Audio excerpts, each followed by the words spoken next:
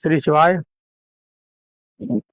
जितने भी संसार में माता, बहन, भाभी जी, सासू जी, बहू जी, ननंद जी, इस सभी से एक बात पूछना चाहता हूँ, खासकर स्त्री स्त्री महिला, इनसे एक बात पूछना चाहता हूँ। मैं अपने जीवन का अनुभव में बता रहा हूँ कि संसार में ऐसा क्यों है कि स्त्री ही स्त्री की दुश्मन क्यों बनती है, या औरत ही औरत की दुश्मन क्यों बनती है। मैं आज तक ये नहीं समझ पाया क्या कारण है इसका। सासू है तो बहू पे जलती है, बहू है तो सासू पे जलती है, ननंद है तो भाभी पे जलती है, भाभी है तो ननंद पे जलती है, देरानी है तो जेठानी पे जलती है, और जेठानी है तो देवरानी पे जलती। क्या है ये स्त्री, जिसको बोलते हैं आदि शक्ति, उनके अंदर इतनी घृणा क्यों है। मैंने ये देखा है संसार में, और किसी में नहीं देखा। इतना पुरुष इतना घृणा नहीं करता है। पुरुष बहुत अच्छा होता है, वो कभी भी नहीं बदलता है। जहाँ उसकी शादी होती है वो समझ लो वो बदल जाता है। जो स्त्री शादी करके अपनी ससुराल में आती है, वो आते से ही अलग रहना चाहती है, एकांत में रहना चाहती है।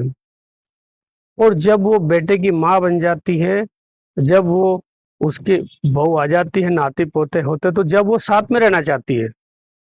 ऐसा क्यों है? ये कैसी विडंबना है स्त्री समाज की। आपने कहीं भी देखा है, जो पुरुष होता है ना, उसका जीवन शादी होने के बाद ही बदलता है, और वो बदलता है स्त्री के आने से। वो नरक बन सकता है या स्वर्ग बन सकता है। अरे भाई, अपने कर्म निभाओ ना यार। आज तुम बहू हो तो कल सास भी बनोगी ना। है, जैसे तुम अपनी मम्मी को, अपने माता पिता को समझते हो, तो ससुराल में आकर वही चीज आप इधर समझ लो ना। उनको क्यों नहीं बना लेते अपना माथा? हम्म। अगर आपके माता पिता डांटे हैं तो वो बड़े हैं, है ना। और वही चीज सास ससुर कहें तो जान पे खड़े हैं, हमारे पीछे खड़े हैं, डांटते रहते हैं। ऐसा क्यों है? हैं? जबकि तुम्हारे माता पिता, स्त्री के माता पिता, वो जन्म दे के उनको पढ़ा के 18-20 साल के, इसके बाद वो फ्री हो जाते हैं। और हमारे माता पिता तो जब तक तुम इस घर के अंदर रहोगे, वो तुम्हारी सुरक्षा देंगे, तुमको खान पान देंगे, तुमको इज्जत देंगे। हैं? तो उनसे, उनके साथ में ऐसा दुर्व्यवहार क्यों करते हो आप? हैं? अच्छे से रहो ना। आप अपना भी आने वाला समय सुधारो ना। आज तुम सासू के साथ में जैसा करोगे, वैसे ही तो फिर वो तुम्हारे साथ में अपना आने वाली बहू करेगी। बस यही चक्र चलता रहता है। और फिर बाद में बोलते हैं हमारे साथ ऐसा हुआ, हमारी बहू ने वो करा, ये करा। अरे नहीं, बुरा जो देखन में चला, बुरा ना मिलिया कोई, और जो दिल खोजा अपना, तो मुझसे बुरा ना कोई। तो प्लीज, जितनी भी माताएं बहना हैं, और उनकी माँ हो, खासकर माँ, माँ ही सबसे प्रथम आती है संसार में, और माँ ही सबसे प्रथम गुरु होती है। तो प्लीज अपनी बेटी उनको समझाओ कि हमारा दर्जा शादी होने के बाद कम होना चाहिए, और सास ससुर का ज्यादा होना चाहिए।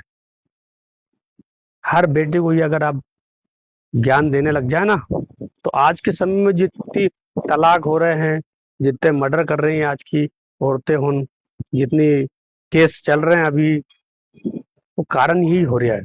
क्योंकि उनकी माँ है ना, हमेशा बोलती है चिंता मत कर बेटा, हम बैठे हैं, ज्यादा करेंगे तो रिपोर्ट डाल देंगे। अरे क्यों, ऐसा क्यों कर रहे हो भैया? हैं? आप माता हो यार, दुर्गा माता हो, जगत जननी के स्वरूप हो आप। हैं? आपको आदि शक्ति का स्वरूप है ना। तो प्लीज हाथ जोड़कर नम्र निवेदन है, अपनी अपनी बेटियों को, खासकर माताएं, अपनी बेटी को वो शिक्षा दे, संस्कार दे कि जिस घर में तुम जाओ उस घर को स्वर्ग बनाओ, ना कि नर्क बनाओ। हाँ, दुख देना भी पाप है, दुख सहना भी पाप है। क्या वहां पे कोई दिक्कत है हो ना, तो उसको आप क्लियर करो ना, वो आपका पति करेगा। घर का मीटर है, घर में समझाओ ना। क्यों कि तुम्हारे जो माता पिता है खासकर लड़की के, उसका माता पिता जब तक साथ रहेंगे जब तक उसकी शादी नहीं होती है। इसके बाद तो है ना, जैसे शादी हुई उसका नाम पति पिता को हटा के पति का हो जाता है, और जो उनका गोत्र होता है उसको हटा के उस जिस घर में जिस खानदान में आई है ना, गोत्र उसका हो जाता है। तो फिर हम भी तन मन धन से अपने इस घर को क्यों नहीं अपनाते हैं? क्यों नहीं दोनों घर को एक जैसा समझो? वो माता पिता तो ये भी माता पिता। तो प्लीज समझा करो, इसी को जीवन कहते हैं। हम्म? अपना जो प्रारब्ध है उसको सुधारो। आज तुम जैसा बोओगे ना वैसे तुम काटोगे। आम लगाओ तो आम ही मिलेगा, और कांटे बमूल लगाओ तो कांटे मिलेंगे। मेरी बात अगर किसी माता बहनों और किसी को गलत लगा उसके लिए मैं क्षमा चाहता हूँ, परंतु इसमें मेरे को अवश्य बताना मैं कितना सही बोल रहा हूँ कितना गलत बोल रहा हूँ, इसमें कमेंट में मेरे को अवश्य बताना। मेरा उद्देश्य मात्र यही है, जो मैंने अपना जीवन अनुभव किया है, मैं खुद प्रेरित हुआ हूँ इन चीजों से, उसके बाद मैं आपको ये बता रहा हूँ। ऐसा क्यों है? आप आदि शक्ति हो, हैं, माता की श्रेणी में आते हो, देवी की श्रेणी में आते हो, तो वो कर्म करो ना। देखो, माता सती को देख लो, माता अनुसुईया को देख लो, और वो लक्ष्मण जी की पत्नी को देख लो आप, उर्मिला जी को त्याग किया था उन्होंने। उधर मेघनाथ की पत्नी को देख लो, सिलोचना ने, सती सिलोचना, जिन्होंने पति के साथ ही अपने को आपको समाधि ले ली थी। हैं? तो सती सावित्री बनो ना। आज तुम जैसा करोगे कल तुम्हारा भी होगा। तो इसलिए मेरा यही कहना है हर माता से कि अपनी पुत्री को वो ज्ञान दो जो जीवन भर काम आए। छोटे छोटे लड़ाई झगड़े हर घर में होते हैं। जहाँ आप बताते ना बड़े बुजुर्गों कि जहाँ बहुत सारे बर्तन होते ना, तो जब वो सफाई करने के लिए जाते हैं ना तो आपस में आवाज आती है। तो इसका मतलब ये नहीं है कि उनको हम उठा के बाहर फेंक देते हैं। तो वो तो बर्तन है, फेंक भी दोगे दूसरा जाएगा। ये इंसान का इंसान है, ये जीवन हमको बार बार नहीं मिलता है। तो हाथ जोड़ के फिर नम्र निवेदन करता हूँ, प्लीज संभालो अपनी अपनी बेटियों को, अच्छी शिक्षा दो, उनका घर स्वर्ग बने।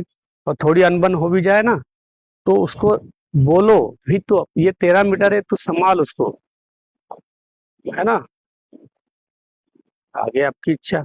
श्री शिवाय नमस्तभ्यम। स्वस्थ रहे, व्यस्त रहे और मस्त रहे। हर हर महादेव।